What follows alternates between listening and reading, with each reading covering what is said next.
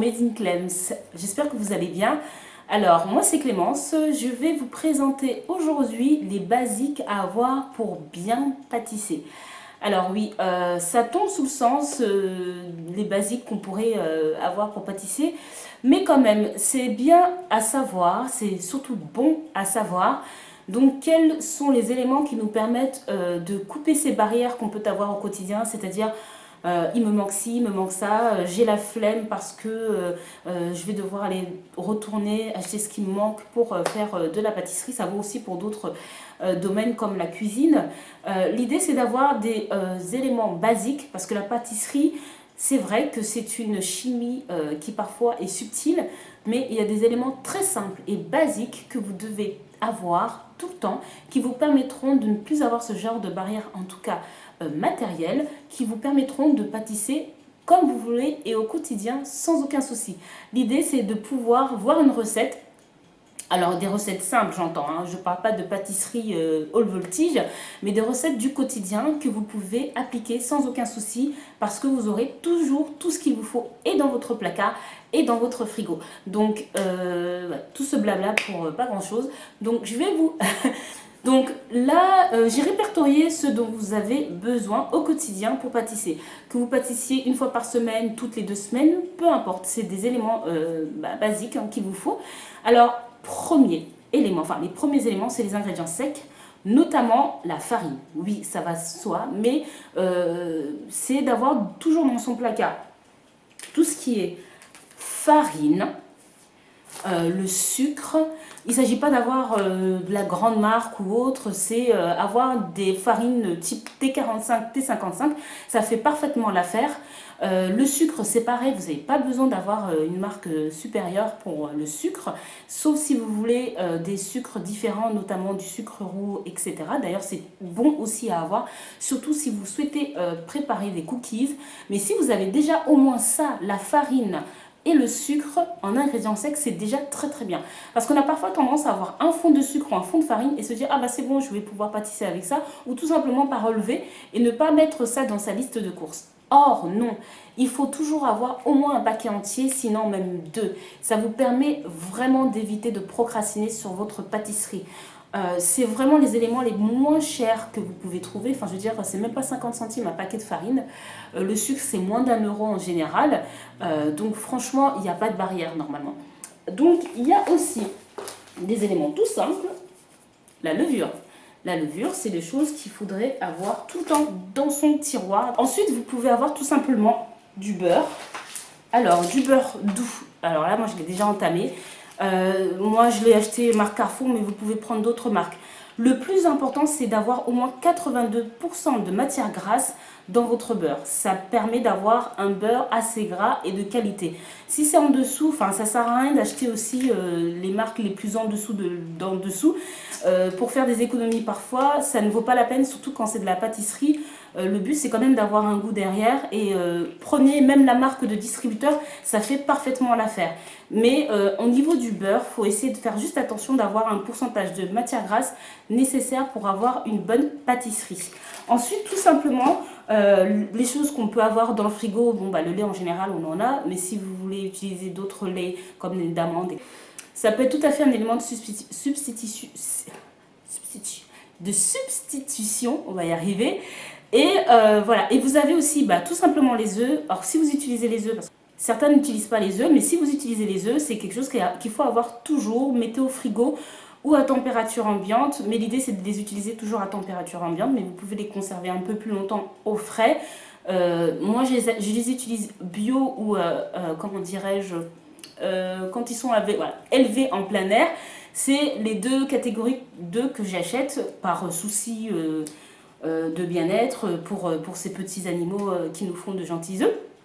Donc voilà, entre autres, et j'imagine que c'est un peu de meilleure qualité, mais c'est des choses qu'il faut toujours avoir dans son frigo, toujours avoir dans son placard, comme ça vous pouvez faire divers gâteaux sans aucun souci.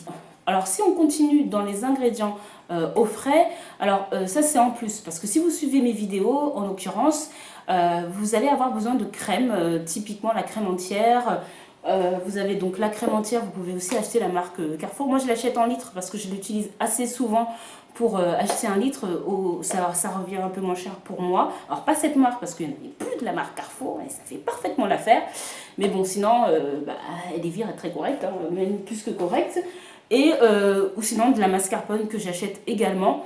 Donc c'est des éléments que j'ai moi très régulièrement parce que je les utilise, mais bon, c'est pas le plus indispensable. Si vous n'avez pas ça, vous pouvez quand même faire des gâteaux, voilà. Mais c'est vrai que si vous faites des layer cakes, en l'occurrence, ça c'est important. D'autres éléments aussi qu'on peut avoir, alors c'est pas ce qu'on utilise forcément le plus souvent, je parle des fruits secs comme les amandes, les noix, les noisettes, etc. C'est des éléments qu'on peut utiliser quand on veut avoir un peu plus de texture ou quand on veut ajouter ça dans sa pâte ou quand on veut substituer ça à un autre ingrédient. C'est tout à fait nécessaire. Donc, c'est pas ce qui coûte le moins cher, mais quand on en a, eh ben, on est tranquille. C'est vraiment l'élément à acheter et à avoir au fond de son placard. Comme ça, c'est pas la petite frustration qu'on a quand on voit la recette qui vous manque 20 grammes de poudre d'amande ou d'amande sec. C'est vraiment dommage de ne pas en avoir. Donc ça, mettez ça dans votre liste de courses. C'est toujours bon à avoir dans son placard.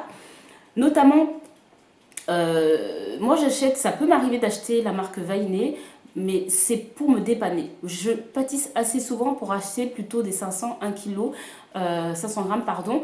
Pour vous, c'est pareil, achetez au moins 500 grammes si c'est quelque chose que vous faites assez souvent.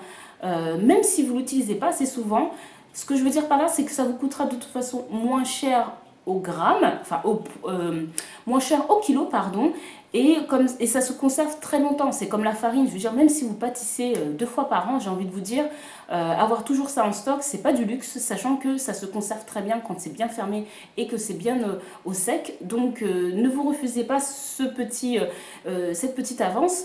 Ça vous permet de faire des économies et vraiment de vous organiser dans votre quotidien, surtout de pâtissière. Alors je récapitule, tout ce qui est basique, frais, tout ce qui est vraiment le minimum pour pouvoir pâtisser, c'est la section 1, donc c'est tout ce qui est beurre, sucre, farine, éventuellement aussi du lait, des œufs.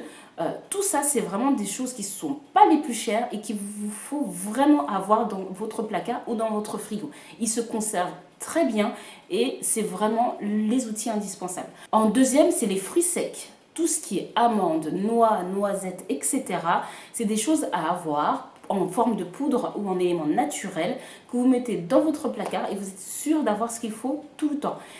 Et en troisième, vous avez tout ce qui est produit vraiment frais, donc la mascarpone, de crème liquide parce que vous pouvez très bien vous en sortir avec juste de la crème liquide entière, et éventuellement de la Philadelphia si vous faites des pâtisseries typiquement anglo-saxonnes. Donc ça, si vous avez vraiment tous ces éléments-là qui coûtent, c'est pas les éléments les plus chers, à part les fruits secs, effectivement, je vous conseille que les acheter par 500 grammes, on est autour de 5 à 7 euros en fonction de la marque que vous achetez. Mais au moins, ça, c'est des choses que vous gardez assez longtemps, surtout si vous ne pâtissez pas très souvent. Voilà, mais ça vaut quand même le coup au prix au kilo, de toute façon. Donc ça, c'est des éléments qui vous permettront d'être tranquille à ce niveau-là. Quand vous avez envie de pâtisser, eh ben, il suffit juste d'ouvrir votre placard et de vous y mettre. Vous n'êtes pas là à vous dire non, il manque ci, il manque ça. Voilà, ça vous évite vraiment trop de blabla dans votre tête. Vous vous appliquez, vous pratiquez et c'est fait. Donc voilà, c'est les éléments pratiques et basiques à avoir dans son placard. Faites-vous une liste. Vous n'êtes pas obligé d'acheter tout maintenant, notamment les fruits secs. Mais une fois de temps en temps, quand vous faites vos courses, vous ajoutez ceci et cela au fur et à mesure. Farine, etc. On y concède quand même que là, on peut quand même faire l'effort d'acheter tout ce qu'il faut entier, c'est-à-dire avoir le paquet de farine entier, le paquet de sucre entier, etc. Comme ça, quand vous avez besoin de 250 grammes, vous n'avez pas seulement 200 grammes. On est d'accord, hein? Donc voilà, vous avez vraiment tous les éléments à avoir. La pâtisserie, c'est pas compliqué.